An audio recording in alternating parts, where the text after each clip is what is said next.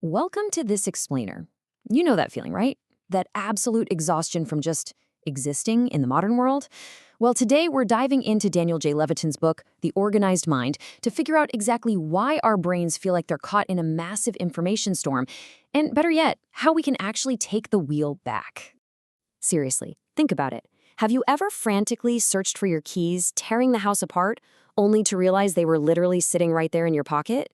Or, oh, what about when you stride confidently into a room, stop dead in your tracks, and completely blank on why you even walked in there in the first place? It's so frustrating, isn't it? It kind of makes you question your own sanity for a second. Or, how about this one? You pick up your phone just to check the time, and whoops, 20 minutes have somehow vanished into a scrolling black hole. By the evening, you're physically and mentally just wiped out. And the worst part? You look back at your incredibly busy day and feel like you accomplished absolutely nothing. Look, when this happens, it is so easy to think, man, my memory is failing or I just can't focus anymore. But here's the wild revelation from Levitin's research. Your intelligence isn't broken. This is not a you problem. To really get what's going on, we have to talk about evolutionary mismatch. See, our brains evolved millions of years ago to survive in a pretty quiet environment, making a handful of crucial choices about finding food or just not getting eaten. But flash forward to today, you wake up to a literal avalanche of constant notifications, infinite choices, and endless digital noise. Basically, your brain is running a 10,000-year-old operating system, and we're forcing it to handle millions of pop-ups every single day. It's wild. Levitin actually describes this chaos perfectly. He says it's exactly like having 100 people shouting at you in a tiny, cramped room. Every single ping, every email, every breaking news alert and targeted ad, they're all just screaming for your attention. And your poor brain, which is valiantly trying to do its job, attempts to process every single one of these things as if it were a life or death survival cue. Bam! Instant decision fatigue. No wonder we're so tired all the time, right? So this constant overload triggers something scientists call retrieval failure. People love to complain that they have a terrible memory, especially as they get a bit older. But actually, scratch that. It's not a storage issue. Your brain is essentially an infinite library.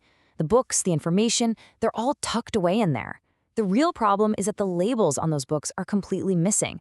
And why are they missing? Because, well, you didn't give the information enough dedicated attention when you first came across it. Let's break down how this little attention glitch happens in real time. Say you're meeting someone new. They smile, shake your hand, and say, "Hi, my name is Alex." But right at that exact millisecond, your phone buzzes in your pocket. Your brain, even just for a fraction of a second, redirects its attention to that buzz. Later on, you remember Alex's face perfectly, but you have zero clue what their name is. You didn't forget the name. Your brain just never actually recorded it in the first place because your attention got totally hijacked. The failure happens right at the start, not at the end. Which brings us to this absolutely crucial quote from Daniel J. Levitin. He says, "The brain is a smart editor, not a camera." I love that.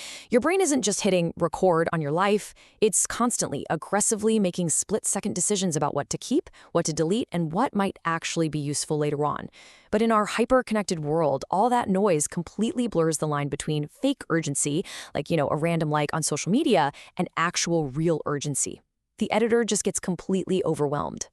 Okay, so how do we give our poor, overwhelmed editor a break? Well, we have to do exactly what ancient humans did when they invented writing.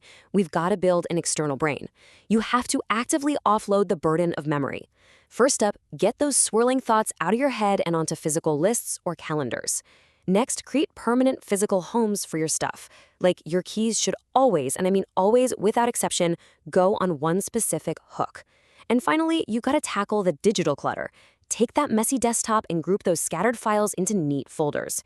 When everything has a designated home outside of your mind, your brain doesn't have to burn precious energy trying to track the whole shebang.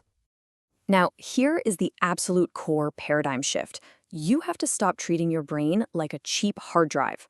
When we use it purely as a storage device, stuffing it full of passwords, minor to-do lists, and, where we left our keys, we totally bottleneck its potential. It's a huge waste, because when you clear out all that storage, your brain gets to do what it was actually built for. It becomes this wildly powerful decision machine, built for solving complex problems, deep thinking, and creating.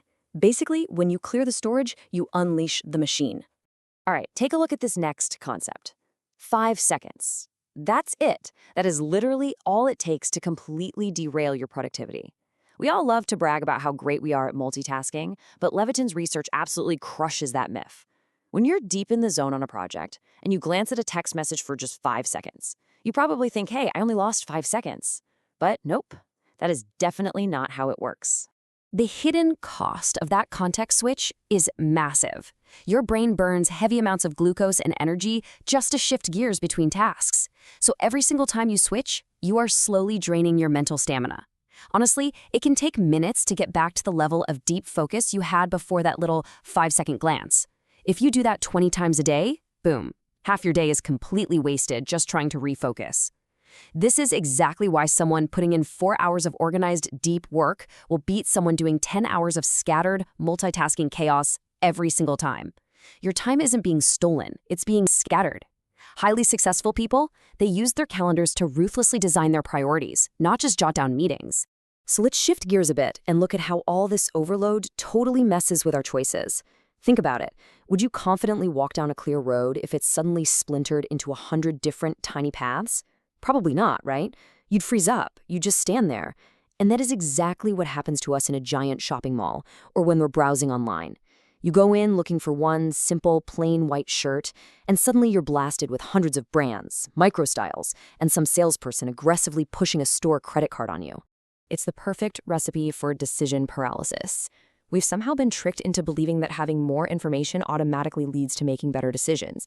But as Levitin points out, more info usually just creates way more confusion. And confusion, it paralyzes action. You just end up standing perfectly still. So the big takeaway here is this. You don't need the perfect decision, you just need a good decision that actually moves you forward. You really have to stop acting like an open door, letting every single opinion, news alert, and random notification wander straight into your mind. Protecting your mental space and filtering out the useless stuff is absolutely crucial for your creativity and your peace of mind. Now picture a really stressful day, a true crisis moment. A panicked mind during a crisis is exactly like a computer with 50 background programs running. It's slow, the battery is draining, it's lagging, and it's just pure chaos. But an organized mind, it's like a brand new computer running perfectly smooth with only the 3 most essential programs open. Because organized people have systematically set up their environment beforehand, they actually have the mental battery power left over to stay perfectly calm when things inevitably go wrong. So how do we actually close out all those background tabs spinning in our own heads? Well, we have to practice daily mental cleansing, and Levitin has some fantastic, super actionable steps you can literally start tonight. 1. Grab a pen and write down tomorrow's plan tonight so your brain doesn't have to keep spinning those wheels while you're trying to sleep. 2. Delete those useless digital files and literally close those 50 tabs hoarding your browser. 3. Dive into your phone settings and turn off every single non-essential notification. Make the technology work for you, not the other way around. And 4. Actively practice letting go of the things you literally cannot control. Emptying out these background processes guarantees you wake up ready to focus instead of waking up ready to put out fires. And all of this builds up to this incredible, overarching philosophical shift. Look, organizing your mind isn't just some neat productivity hack so you can be a better little worker bee. Think about the choice you have. You can either stay trapped in survival mode, frantically running on that hamster wheel of endless busyness, constantly reacting, just trying to survive until your head hits the pillow. Or you can unlock creation mode, calm, intentional, and laser-focused on actually building the future you want. So as we wrap up this explainer, I want to leave you with one final important question. What is one small system you are going to build today? A radically transformed, organized life doesn't just magically happen overnight. It definitely doesn't come from trying to overhaul your entire life all at once. It's the direct result of small, quiet, organized decisions that you make consistently every single day. Maybe for you today, it's literally just screwing a hook into the wall for your keys. Just start there, because a clear physical space leads to a clear mind. And a clear mind, well, that can change your world. Thanks so much for hanging out with me for this explainer. And seriously, go build that first small system right now.